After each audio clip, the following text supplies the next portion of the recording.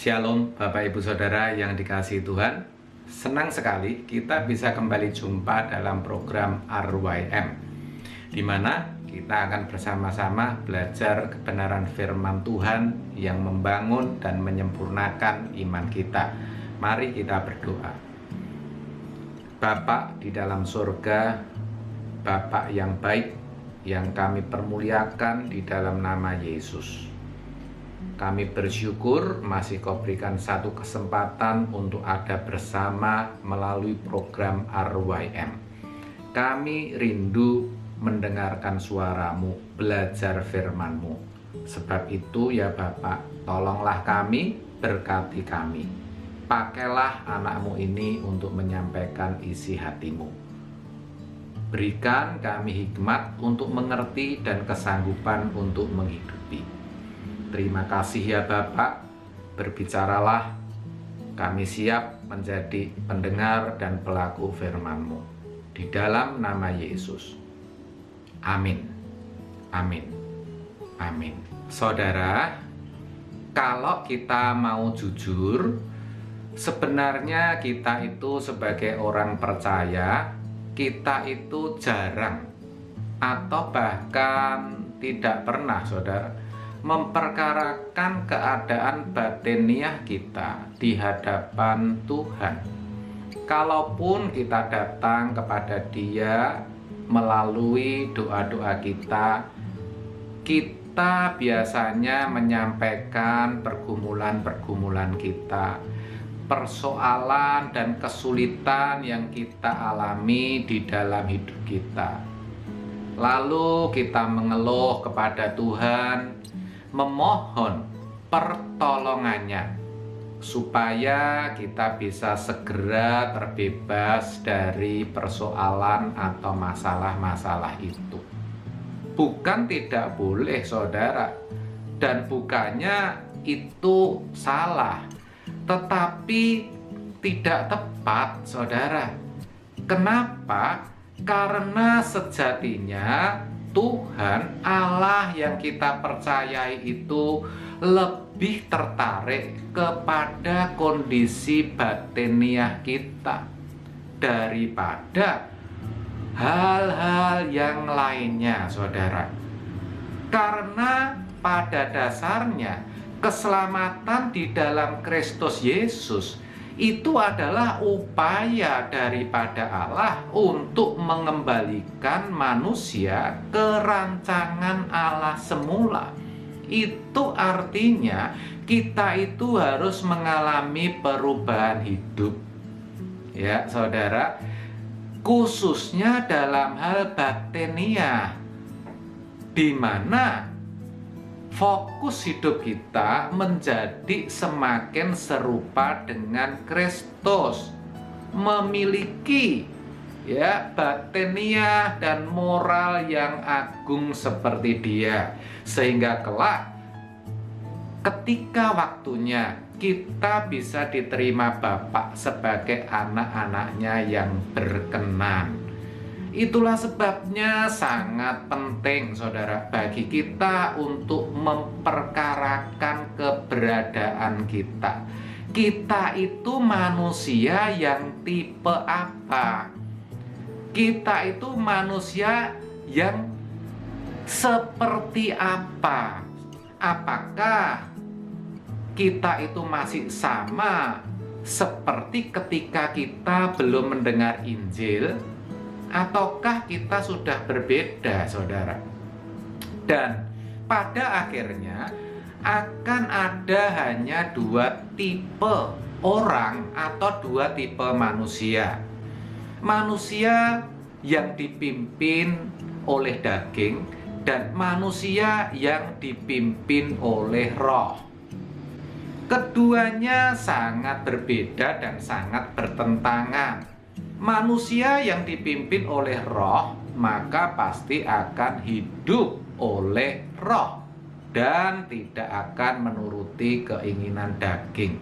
Dan itulah anak-anak Allah yang bisa diterima Allah, seperti dituliskan dalam Roma 8 ayat 14.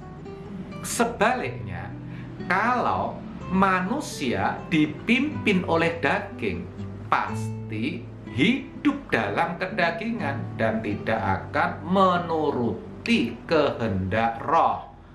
Galatia 5 ayat 16, saudara. Pertanyaannya, kalau begitu orang percaya itu tipe manusia yang mana? Dipimpin oleh roh atau dipimpin oleh daging atau mengikuti kehendak daging? Jawabnya, ya bisa kedua-duanya, bisa dipimpin oleh roh atau oleh daging, tergantung masing-masing pribadi apakah mau dipimpin oleh roh atau tidak. Kan begitu, saudara. Kita harus menyadari kalau daging itu memiliki jendela, yaitu mata dan telinga. Apa yang dilihat, apa yang didengar akan masuk ke dalam pikiran atau jiwa, dan itu akan mewarnai hidup seseorang, saudara. Ya, akan menentukan seperti apa hidupnya. Meskipun seseorang sudah menjadi Kristen dan Roh Kudus mendiami tubuhnya, itu bukan jaminan hidupnya itu dipimpin oleh roh. Dipimpin oleh roh itu pilihan dan kesediaan, saudara. Saya ulang, dipimpin oleh roh itu pilihan dan kesediaan, bukan otomatis. Kalau orang percaya mau dipimpin oleh roh, maka tidak boleh menuruti keinginan daging.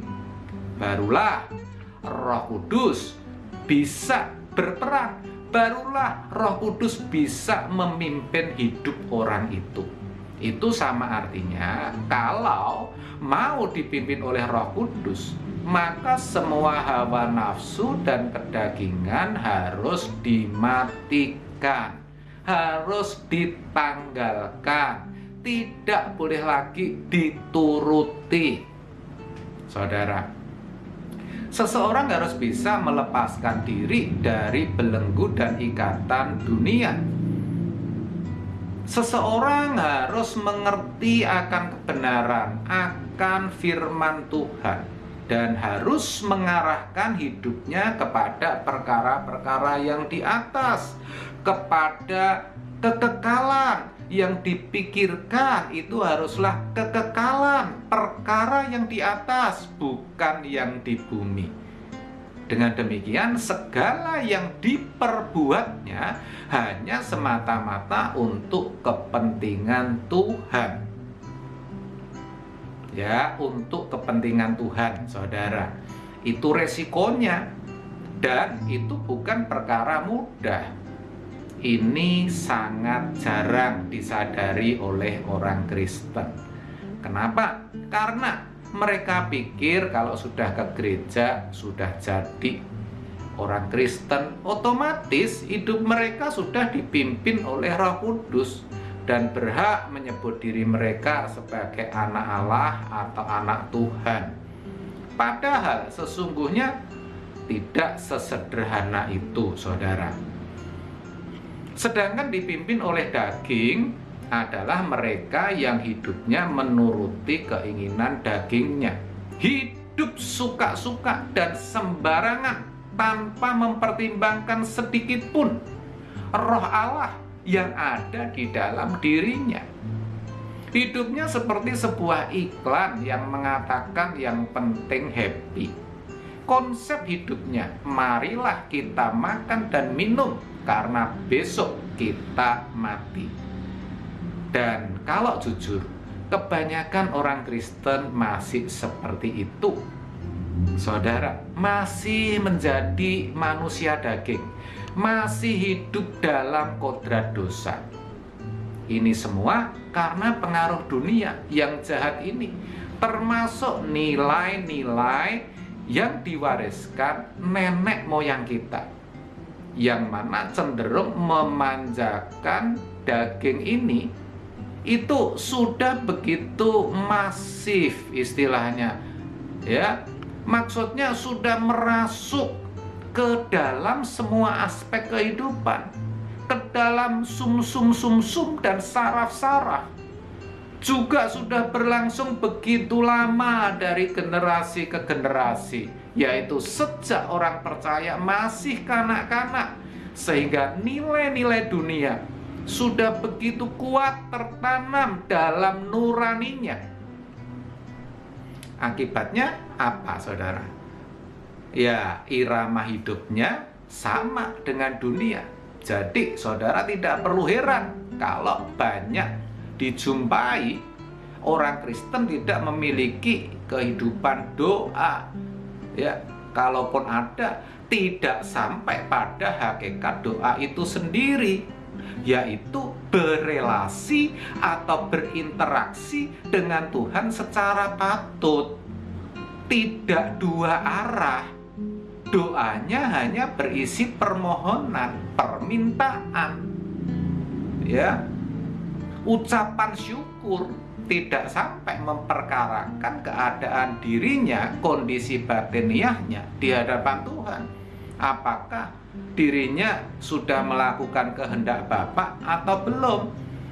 Ya, apa yang Tuhan mau, yang Tuhan kehendaki untuk dilakukan? Apakah hidupnya sudah berkenan atau belum? Dan sebagainya. Dengan demikian, orang seperti itu sebenarnya belum menghidupkan Tuhan, sehingga belum atau tidak bisa bersentuhan dengan Tuhan. Ya, orang seperti itu belum menemukan Tuhan. Ya.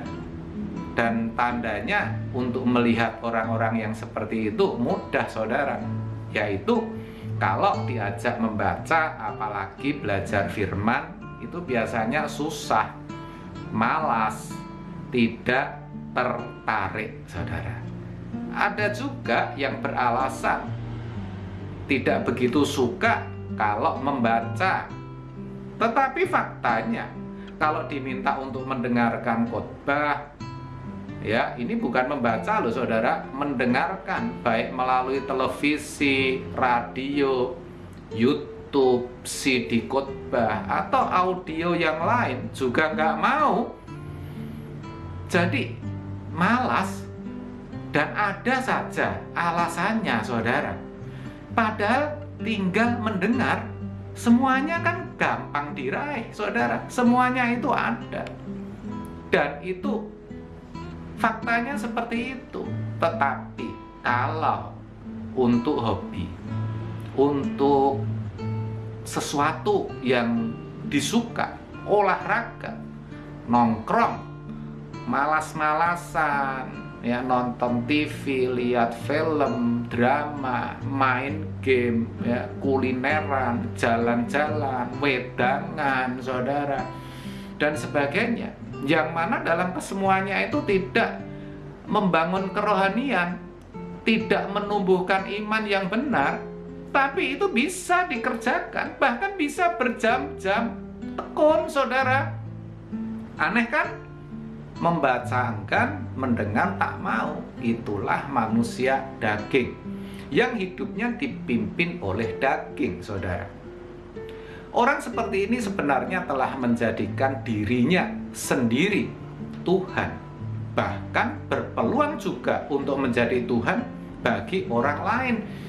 Kalau orang itu kaya, kuat, punya kedudukan dan relasi pejabat, saudara, orang seperti ini berpotensi untuk tidak dikenal Allah. Saya ulang, orang-orang seperti ini berpotensi untuk tidak dikenal Allah, dan itu sangat-sangat berbahaya.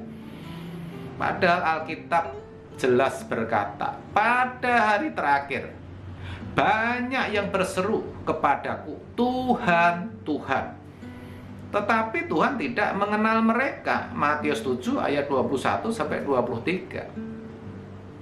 Dan kalau itu terjadi sungguh tragis. Saya berharap kita semua tidak akan ada yang mengalami, saudara. Jadi dengan kebenaran ini kita tahu termasuk tipe mana, termasuk tipe manusia apa kita ini.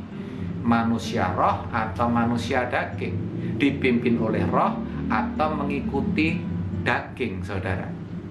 Kita tidak perlu menghakimi, kita tidak perlu menilai siapapun. Lebih baik kita mengintrospeksi diri kita sendiri. Kita perkarakan keadaan kita di hadapan Tuhan. Kalau kita tanya kepada Tuhan, Tuhan pasti jawab kok. Yang pasti sekarang kan jelas, untuk menjadi manusia daging itu otomatis. Tapi untuk menjadi manusia yang dipimpin oleh roh, bukan hal yang mudah, instan, atau mistis, tapi harus melalui satu perjuangan. Bahkan orang harus berjuang mati-matian untuk itu. Orang percaya harus mau memformat ulang, meriset hidupnya, pikirannya terlebih dahulu. Pikirannya terlebih dahulu harus terus dibaharui oleh firman, saudara. Ingat, itu bukan selesai dalam waktu 1 atau 2 kali. Juga bukan selesai kalau kita lakukan berkala, seminggu 2 kali misalnya. Bukan, tapi harus kita lakukan secara terus-menerus. Karena yang namanya pembaruan pikiran oleh firman, inilah yang akan membawa perubahan, yang akan merubah tidak hanya jiwa seseorang, tapi bisa sampai kepada nuraninya, saudara. Nurani yang telah diubahkan, ya. Inilah yang akan membuat orang percaya memiliki kecerdasan roh, yang artinya rohnya bisa berjalan seirama dengan Roh Kudus. Saat itulah Roh Kudus baru bisa memimpin orang percaya kepada seluruh kebenaran. Jadi sekarang, saudara, saya mau tanya, saudara termasuk tipe manusia yang mana? Saudara sendiri yang tahu. Tetapi kiranya melalui kebenaran ini hidup kita diubahkan. Dan semakin hari kita bisa semakin hidup berkenan di hadapan Allah oleh pimpinan Roh Kudus. Amin. Tuhan Yesus memberkati. Kita pujikan satu pujian. Roh Kudus, Roh kebenaran,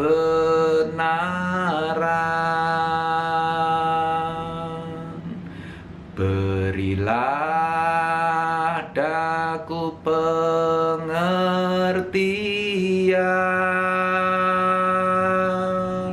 supaya ku pahami kebenaran-Mu dan ku tetap hidup di dalamnya.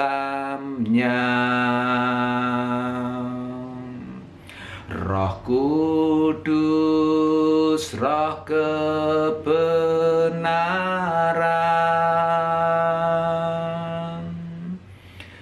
berilah daku pengertian,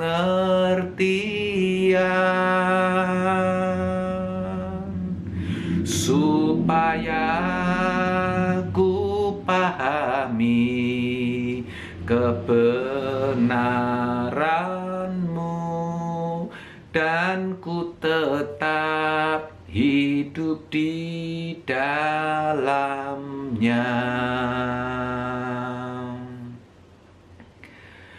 Firman-Mu ya Tuhan menuntunku sempurna, terang bagi jalanku.